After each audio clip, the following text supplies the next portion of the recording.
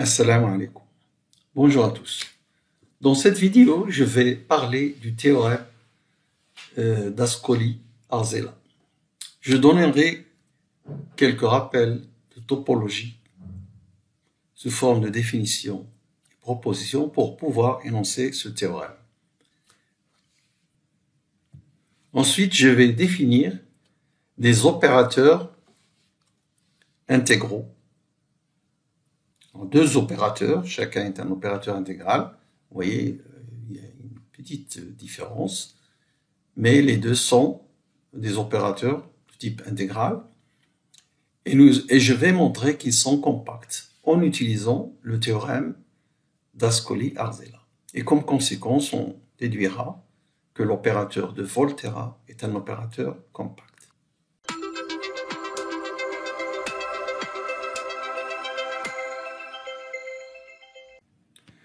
Alors, avant de dénoncer le théorème d'Ascoli-Arzela, je vais donner quelques définitions, quelques propositions. D'abord, l'espace que je note P, X, K, où K est le corps R ou C. Cet espace est tout simplement l'ensemble des fonctions bornées de X vers le corps K. Alors, dans l'avenir, je vais désigner K égale à C, et ça marche aussi pour R. Alors, cet ensemble, on peut le munir de la norme de f l'infini, sup de f de x, puisque les f dans cet ensemble sont bornés, sup de module de f de x, x appartenant à x, et f de x sont à valeur dans le corps C. Alors, cet espace muni de cette norme est un espace de Banach. Un espace intéressant qui est un sous-espace vectoriel de Bxk, c'est l'ensemble des fonctions continues bornées. Alors, je dis continues bornées parce qu'il y a des fonctions qui ne sont pas bornées sur un espace métrique. Mais si vous prenez l'espace X compact, alors toutes les fonctions continues sur un compact, évidemment, un espace métrique compact sont bornées. Alors, ce Cxk, l'ensemble des fonctions continues et bornées, est un sous-espace vectoriel de Bxk. Alors, pour cette même norme que nous avons définie sur Bxk, c'est un sous-espace vectoriel fermé et lui-même est donc un espace de Banach. Alors, pour simplifier, nous allons noter dans la suite Cx au lieu de Cx, virgule, le corps K égale à RC, donc tout simplement on notera C de X. Alors, je définis maintenant la notion d'équicontinuité. Alors, je me donne donc un espace métrique X muni d'une distance D et une partie, et F une partie de C de X. C de X que nous avons défini ci-dessus. Alors, F est dite équicontinue en A si, alors pour tout epsilon, il existe delta. Alors, le delta, il dépend de A. Quel que soit F appartenant à F, quel que soit X appartenant à X, D de X inférieur à delta implique F de X moins F de A en module. Ce sont des valeurs dans le corps C en module inférieur à epsilon. Vous voyez donc ici, pour chaque A, il existe un delta. Alors, F est dite équicontinue sur X si F est équicontinue en chaque A de grand X. Alors maintenant, la notion d'uniforme continuité, F est dite uniformément équicontinue sur X si, quel que soit epsilon, il existe delta. Voilà pour tous les A. Tel que quel que soit F, quel que soit X, quel que soit Y, D de XY inférieur à delta implique module de F de X moins F de Y inférieur à epsilon. Alors, il faut bien faire attention, ces notions-là sont différentes, sont distinctes. Alors, l'équicontinuité uniforme n'est pas forcément la même que l'équicontinuité, et pourtant, c'est la même notion lorsque X est compact. Alors, on peut faire un exercice là-dessus. Équicontinuité et uniforme équicontinuité coïncident lorsque X est un compact.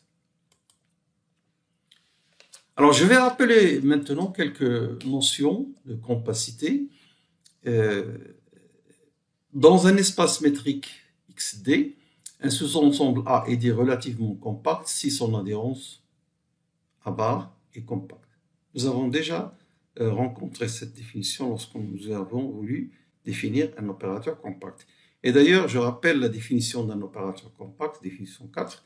Donc, si vous avez deux espaces vectoriels normés et T, un opérateur linéaire entre E et F, T est dit compact si pour toute suite Xn bornée dans E, la suite T de Xn admet une sous-suite convergente dans l'espace d'arrivée F. Alors, cette notion ou cette définition de compacité a des définitions équivalentes. Et d'ailleurs, c'est la deuxième que nous allons utiliser tout à l'heure dans la suite pour étudier l'opérateur intégral. Alors, si toujours T est un opérateur linéaire entre deux espaces vectoriels normés, alors la définition de compacité que je viens de définir est équivalente à dire que T de D est relativement compact si D est la boule unité fermée de E. Ce qui est la même chose, est équivalent, d'ailleurs, pas la même chose, mais c'est équivalent à dire que si B est borné dans E, son image est relativement compacte dans F. Donc, l'une ou l'autre de ces trois définitions est valable pour définir la compacité d'un opérateur. Alors, venons-en maintenant au théorème d'Ascoli-Arzelà. Alors, si vous avez un espace métrique compact, une partie A de C de X est relativement compacte si et seulement si A est équicontinue, ce qui veut dire aussi uniformément équicontinue. Et pour tout X, cet ensemble est borné. Dans certaines versions de ce théorème, on travaille avec C de X à valeur, pas dans le corset, mais dans un espace de Banach. Dans ce cas-là, cette deuxième propriété on change, on dit A de X est relativement compact. Voilà, donc faites attention aux versions qui sont différentes selon les hypothèses que vous prenez. Là, je prends des hypothèses, si vous voulez, trop simples, avec des fonctions de X vers le corps C ou R. Voilà le théorème de Ascoli-Arzelà. Et avec ce théorème, je vais maintenant montrer que les opérateurs que vous voyez ici sont tous compacts. Cet opérateur K de X, alors comment il est défini? Alors, soit petit k, une fonction continue sur le compact 0,1, 0,1. On définit les opérateurs suivants.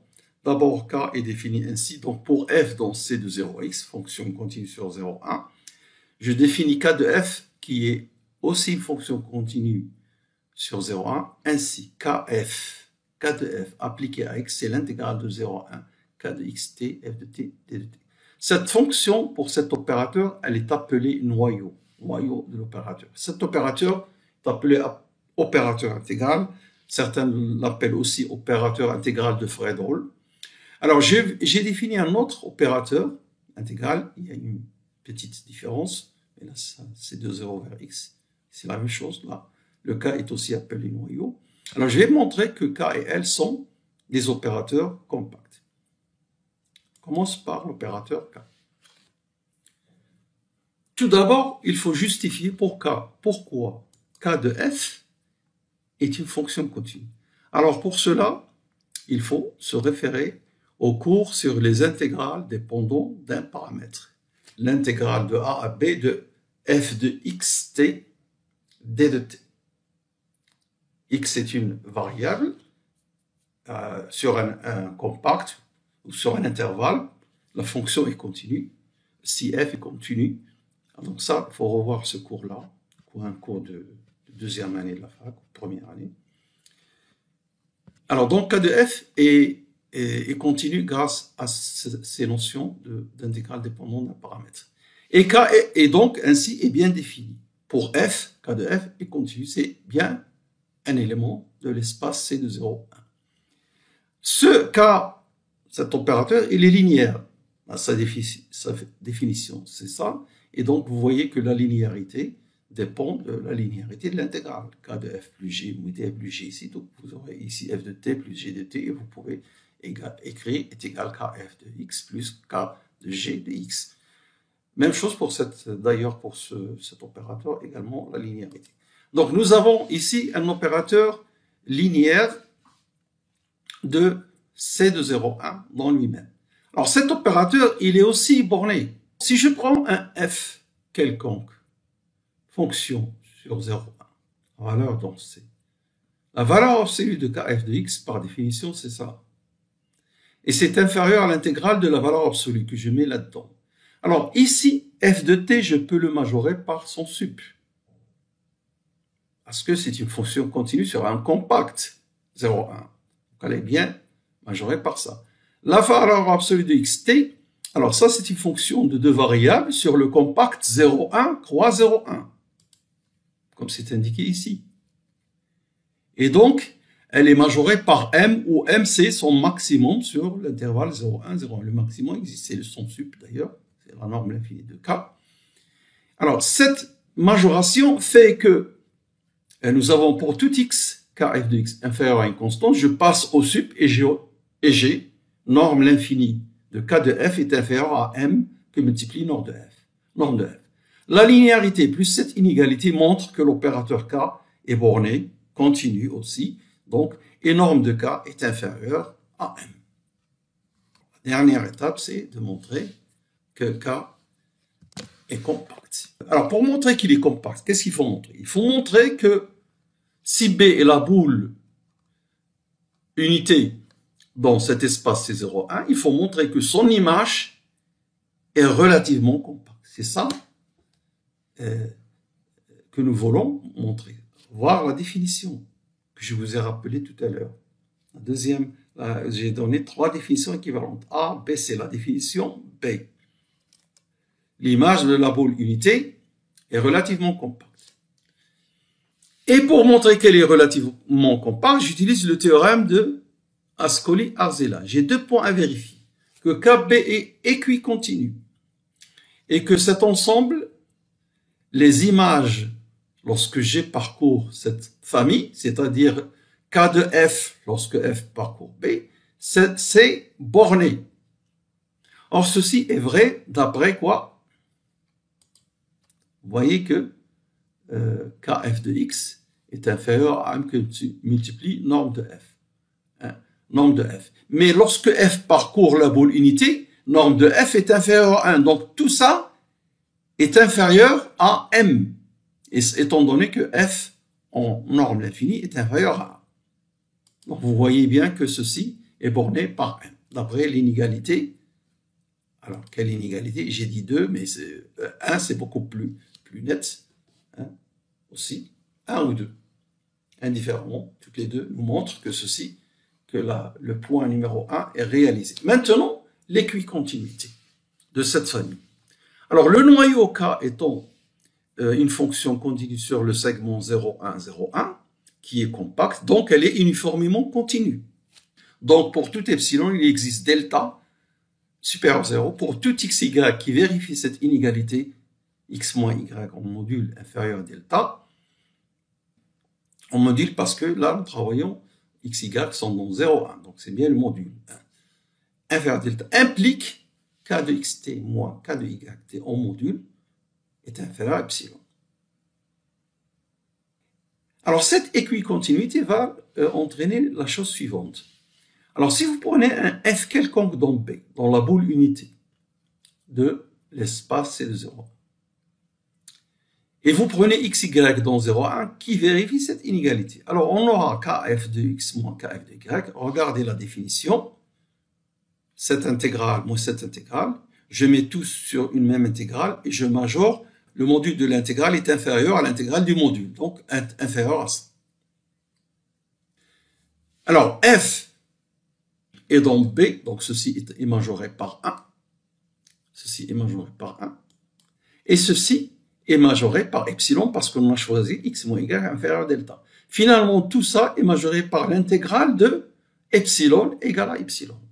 Alors, ainsi, nous avons démontré que pour tout epsilon, il existe delta indépendant de tous les x, tels que dès qu'on a x moins y inférieur à delta, on a ceci inférieur à epsilon. C'est bien ça, l'équicontinuité uniforme même.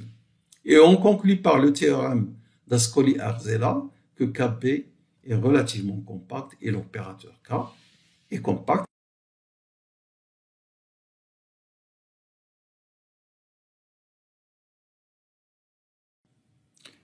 Alors maintenant, nous allons considérer l'opérateur L, toujours de C de 0,1 vers C de 0,1, défini ainsi pour une fonction petit f associée L de f, la fonction définie par cette intégrale.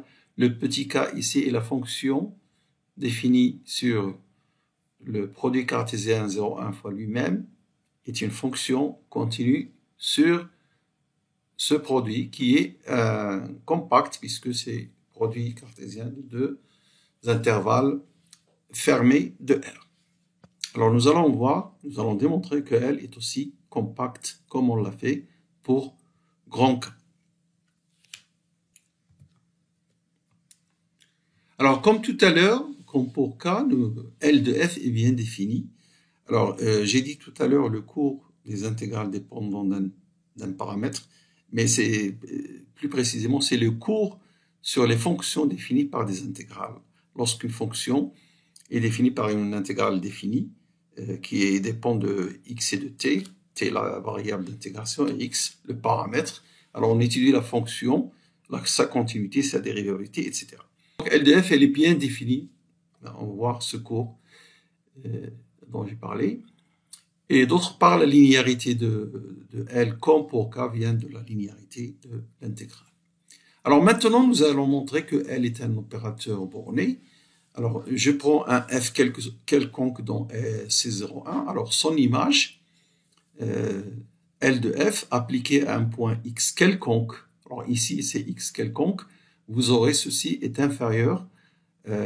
Puisque L, f de x, c'est ça, c'est définition, ce qui est à l'intérieur de ces barres-là. Alors, je prends le module, donc c'est le module de cette intégrale, et c'est inférieur à l'intégrale du module.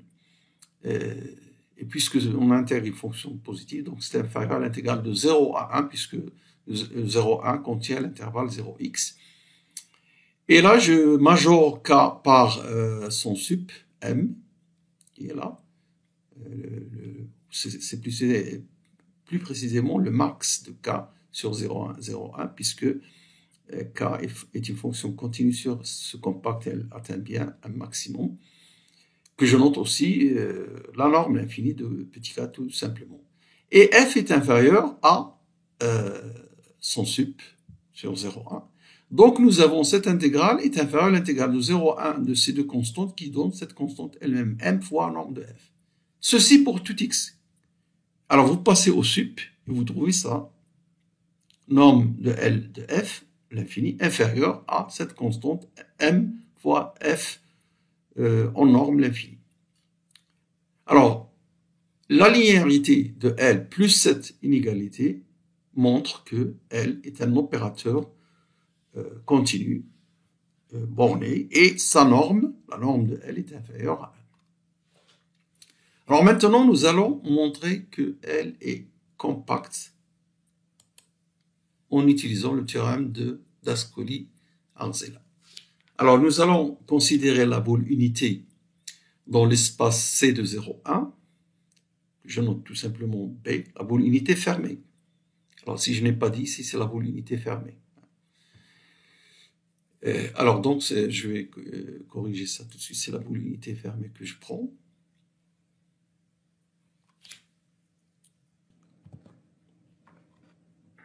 Alors donc, B, c'est la boule unité fermée. Même dans le cas précédent, car on prend la boule unité comme nous avons vu pour montrer dans la définition de la compacité. Il suffit de montrer que l'image de la boule unité fermée est relativement compacte. Alors, je prends cette boule unité et je vais voir si les deux conditions du théorème d'Ascoli-Arzela sont réalisées. La première, c'est que l'ensemble des modules de G de X dans C, lorsque G parcourt L de B, est-ce qu'il est borné? Alors ça veut dire quoi? Les G sont dans LB, ça veut dire que ce sont des L de F, lorsque F parcourt B. Alors ceci est borné d'après la relation 4. Voyons cette relation. Bon, la relation 4, elle dépend de ceci. Vous avez L de f d'x, c'est ça, il est borné, il est majoré, il est positif, majoré par m nombre de f. Donc, cet ensemble est bien borné. Voilà. d'après 4. Pour tout f dans B. Alors pourquoi il est borné? Parce que vous avez f et dans B, et la norme de tout élément de B est inférieure à 1, c'est la boule unité fermée. Donc vous avez ceci est bien majoré par grand M. Tous les LF modules en module sont majorés par grand M. Lorsque f est dans la boule unité. Donc cette condition est réalisée. Maintenant, LB est équicontinue. Alors tout à l'heure, j'avais, pour calculer KF de X moins KF de Y, j'avais l'avantage d'avoir la même borne en bas et en haut. Mais là, LF de X moins LF de Y, c'est pas les mêmes bornes. Vous avez X et là Y. Je peux pas donc utiliser une seule intégrale. Alors qu'est-ce que je fais? Je vais couper cette intégrale en deux. L'intégrale de 0 à X plus l'intégrale de X à Y. Et je vais majorer le module de cette quantité-là plus le module de cette quantité-là. Donc ça, c'est juste la relation de Schall pour écrire ceci. La relation de Schall pour les intégrales. Et là, je le regroupe en une seule intégrale en factorisant le f de t à droite. Voilà, donc ceci est égal à ça. Je vais pouvoir le majorer pour x moins y inférieur à 1 delta indépendamment de x pour tout f dans la boule unité B. Alors, le noyau K, comme tout à l'heure, nous avons dit qu'il est uniformément continu sur le compact 0,1 croix 0,1 parce que K est continu. Alors, pour tout epsilon, il existe état positif tel que pour x moins y inférieur à état, G, ceci inférieur à epsilon sur 2. Tout à l'heure, j'ai dit il existe delta pour avoir inférieur à epsilon. Ici, je prends epsilon sur 2. Donc, il existe une valeur état, pas forcément le même delta que tout à l'heure. Alors, par suite, quel que soit f dans la boule unité, quel que soit y, si x moins y est inférieur à état, cette quantité, alors, le module de cette intégrale est inférieur à l'intégrale du module.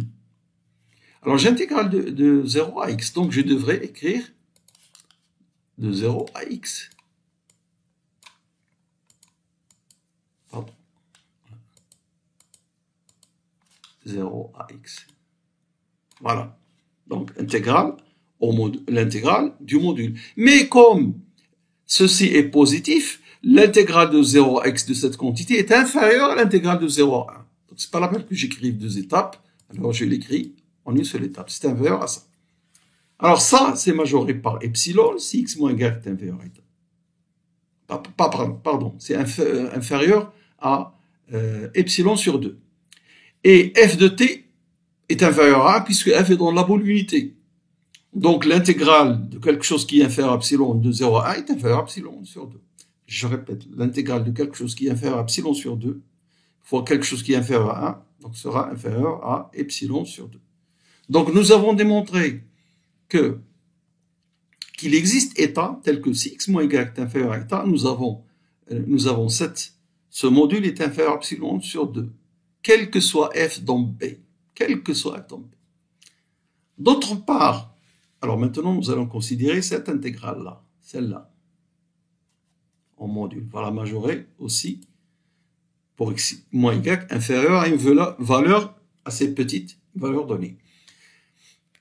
Alors, vous voyez que l'intégrale de x, y de k de y de t, f de t en module est inférieure à l'intégrale de x à y de k de y de t, f de t.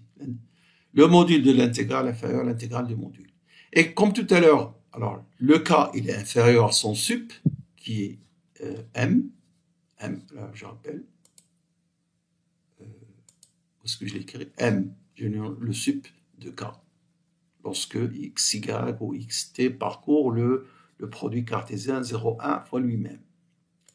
Par conséquent, alors ceci est inférieur à m, ce qui est en module inférieur à m, que multiplie la norme de f, l'infini. Or, f est dans B, donc sa norme l'infini est inférieure à 1. Donc tout ça est inférieur à m. Alors x et y, je ne sais pas qui est le plus grand, mais je mets la valeur absolue de x moins y que multiplier ceci est inférieur à m norme de xy, puisque nos